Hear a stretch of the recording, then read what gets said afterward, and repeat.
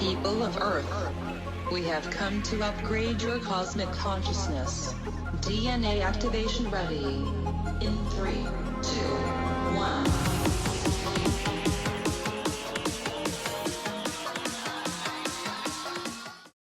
Hi, welcome to Q&A on Breakthrough Leadership. I'm Lou Quinto.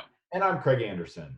Today, topic that we want to cover and talk about is a little bit of seizing the opportunity and really to make some changes in this storm that we're currently in. And what we're going to do is we're going to look at opportunities that we have perhaps to retool some of the business areas that you have, to improve processes, and also to do some changing of culture.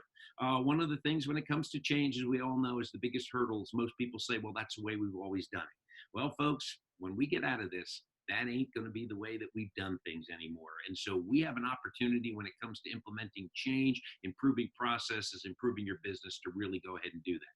So the three areas that we're going to cover in looking at that is, number one, talk to your customers. We're going to talk to customers to gather data, not to make any sales, but to gather data. Find out what they're doing to help you put together your business plan, which leads me to the second point, and that is putting together your business plan again. You created your business plan at the beginning of the year or back in late fall last year, and I can tell you that business plans aren't worth the paper they're written on right now. So we're going to talk about doing that. And then the last one is getting employee engagement, because this is an opportunity to really get buy-in and support from our employees. Because as we all know, the old adage, people tend to support what they help create. So let's go ahead and take the very first topic, and that is, let's find out a little bit about what's going on by talking to our customers. So Craig, I know you've done a lot of talking to your customers. You've gathered the data. What are you gathering? Well, I think right now it's just important to kind of reach out, touch base with your customers and kind of see what the pulse is. I mean, I think, there's a bias to kind of sitting back and saying, oh, I know everything that's going on because I'm reading papers. But that's kind of at a high level and really digging into what's going on at your individual customer level. Not to say, oh, I have a product to sell you to fix that. We were talking before we started recording. I think I've probably gotten 15 LinkedIn messages from people who want to sell me leads. That's not where I'm at right now, right? I'm checking in with my customers. I want to see what's going on with them, if there's anything from the current stuff I have with them that we need to deliver, and what they think their needs are going to be in the future. And I think the other thing I'd add to this isn't just you as the leader or your sales team reaching out. Talk to your customer service team, because your customer service team are talking to your customers every day, and they may have an even better pulse, and they're touching a lot more of your customers every day. So don't forget about those internal stakeholders who can feed information up to you. And I think, you can sit around and wait for that to happen, or you can be proactive and reach out to your customer service folks and all your customer touching folks and say, what's going on? What are you hearing? So that you can start building that back to start looking to the future for you and your customer. Yeah, and I think that's the key, is calling your customers, one, to touch base with them and let you know you're still out there, not bad customer service. And the second thing, too, is to find out what they're doing. What are they hearing about their businesses? Because I can promise you, if it's a good business, they're doing everything that we're talking about in this episode. They're retooling, they're looking at changing culture, they're going back and they're looking at their products and services. And any information you can glean from those individuals on that would definitely, and again, these phone calls are just to gather data, and secondarily to just touch base to let them know that you're still out there and you still care about them. But I think in putting together the business plan, which is the second bullet point that we're going to talk about, is to pull that business plan out. And unlike other business plans that you've created in the past, Craig, you do the one-page business plan with everybody, all of your clients. And one of the things that makes it, I won't say easy, but you can make some assumptions. And usually those assumptions are correct. But right now, any assumptions you make on what what things are going to look like when we get out of this pandemic, you can't say. And that's really going to be hard when it comes to putting together or revising, adjusting, whatever you want to call it, this new business plan. But you definitely need to revisit that business plan now. Don't wait. And Craig, you and I talked about this in the pre-record, you can't wait until everything is over and go, okay, now we know how things are looking, so let's go ahead and plan. No, you're training for a marathon right now.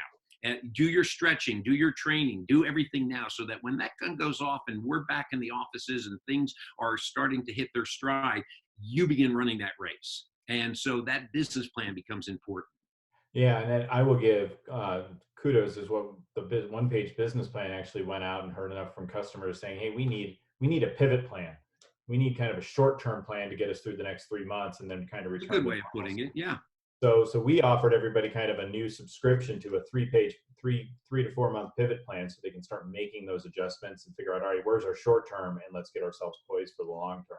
I think this is a great opportunity to realize that 80-page document you dragged everybody through back in, late fourth quarter maybe, or whatever your fourth quarter is, was a whole lot for nothing because it's really hard to see these big switches in the future. So, retooling your business plan right now, saying, all right, what are the key things we've got to focus on and get done? That's where the real opportunity lies to start moving forward with your business and getting, your whole team, your leadership team together, making sure they've gotten all the information from the customers and the front lines and everything else and start figuring out, all right, we thought our revenues were going to be here. Now, right now they're looking here. What do we need to start putting in place? What plans, what strategies do we need to start putting in place to start at least getting it as close as we can to back to normal? Sure. And I know you don't like the term, but I've used it a few times. Is I think now is an opportune time to take your business and just on paper, blow it up. Blow it up, see where the pieces land. And when you're blowing up your pieces, blowing up your business, on paper, take a look at what's the most essential part, your services or your product. Those are the two things that you're going to look at. And then look at your organization and find out what are those driving forces that you have that's making you or made you have the business that you have, and keep those in place. And everything else you can put off to the side. So you're starting with the strong points and you're starting with the basis or the nucleus of your business, and ask simple questions. For instance, how can I deliver my product or service more effectively? How can I deliver it more economically, not only just for me, but for the customer as well? You can also talk about, how can I provide better customer service? What's the best way to market my product and service at this point? And then lastly, how can we prepare the sales plan so that when this is over, we run? And so those are some questions that you can definitely do. And, applying some good critical thinking, I would definitely say this is what we call separating and prioritizing. You're separating pieces of your business and you're prioritizing them. This is a real good time to take a look at what you're offering out in the market, the product and services suite, and really take a hard look at, what are our hobbies? What are those things we're doing that aren't really generating a lot of our revenue, but it's a pet project here, or it's a feel-good thing here, but really it's not really keeping us laser-like focused on what our mission is and what it is we're good at. And that happens over time, especially when we've had such a boom run the last several years, where you can kind of let some of that stuff creep out. And as you said, I don't know if I'd say blowing up, but certainly kind of refining around the edges and say, all right, let's get back to our core. Let's focus on the thing we're the best at, and let's differentiate and make that work. This is a real good opportunity. And this is a great opportunity for creativity. Because right now, look at everything like a blank slate, because we don't know. And so again, it's not the way we've always done things. That ain't going to happen. Yeah. So the third point let's talk about, Craig, is engaging employees, because obviously right now is a great time to engage employees to do this work on looking at things and perhaps taking apart the business, looking at services, looking at your product line, and literally just being creative with them and saying, how can we do this more effectively? How can we do this better? And now is the time to be able to implement those. So, Craig, I mean, we've talked about engaging employees before, but I think now most companies have the opportunity to engage employees on the future, which would get into a little employee ownership. Yeah, we had a whole video on our whole episode on employee engagement, and some of our remote workforce discussions. We've touched on employee engagement ideas as well, about really just tuning in and, getting in touch with employees through the difficult time. But then the next level is start pulling them into this future plan, making sure that everybody understands. So when you build this business plan, and that's why I like having a straightforward business plan that you can communicate to employees, so people can kind of sit in the audience and nod because all right, I understand that's what we're trying to do. Then you can transition that over with the employees, say, here's your role in it. This is, so you see these 3 items up here on our 9 objectives. Those are the 3 that we're really focused on your unit to help us deliver. And you can start pulling the employees in and getting them to really align with the mission and see what their role is in it, especially now when everything's so critical. This is a really important time, if you've been able to hold on to your employees, to really get everybody rowing in the same direction. And the way to do that is get everybody focused on the same mission and the same vision for the company. So Right. communicating that effectively is how you're going to get everybody on board and kind of, there's a whole lot going on in the world right now. So let's get focused on what we need to do here. Yeah, yeah. And the one thing I would say is almost in point number 2 also when revisiting the business plan, and I think you made the comment about getting rid of hobbies. Okay, now's a great opportunity to apply the 80-20 principle, is to look at everything and use that, maybe not implement it to its full extent, but use that as a measuring stick, so that you're truly looking at where you get 80% of your income and focusing on those things, so that you are not focusing on all of those, as you called, hobbies. And this is a great way to engage employees, Yeah. is because you have an opportunity. They know where the waste is. And I would definitely get them to, go back to our episodes on brainstorming and take a look at the brainstorming episode and give them the opportunity to truly have some good creative sessions, to be able to take a look at processes, products, services, and to refine them, so that when we're done, you come out of the gate running. And so take this opportunity now. Okay. So any key takeaways that you have, Craig, on this few minutes that we've had together on seizing the opportunity? Yeah, well, carpe diem, right? Let's seize the day and let's take things moving forward. I think, I was on a seminar the other day where somebody said, when there's big times of crisis like this is where you really see the money start to shift, and the people who find ways to best position themselves in these opportunities, to best serve their customers, to get their employees on board, those are the ones who are going to come out on the other side of this stronger for it. Right.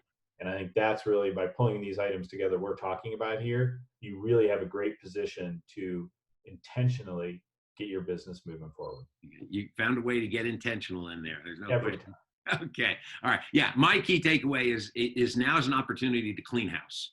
And when I talk about cleaning house, I'm talking about going in and looking at your business model. What efficiencies can we make? Because most businesses will be in a little bit of a financial bind coming out of it. And so any inefficiencies you can eliminate now, okay, will definitely help you on the back end as we go forward. And so blow up the business and take a look at, what are my driving forces? Make them your key leverage points. What's your strategic competitive advantage? If you've never known what your strategic competitive advantage is, now's the time to create one, so that when you get out of this, you have a banner that you can wave for the company, that you're branding, that people and your customers know you by.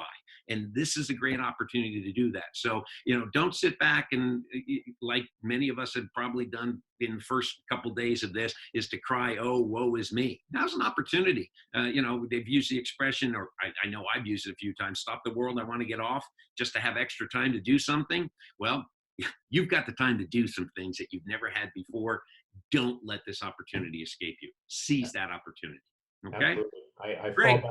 I fall back to a quote from Nick Fury in Marvel's The Avengers. Until the world stops spinning, we will continue to act as it will carry on. And that's what we got to do. Stay focused on the future. So we hope you enjoyed this episode today. We know these are really different for us, sitting in 2 different locations, but as it is, Q&A Breakthrough Leadership in Exile.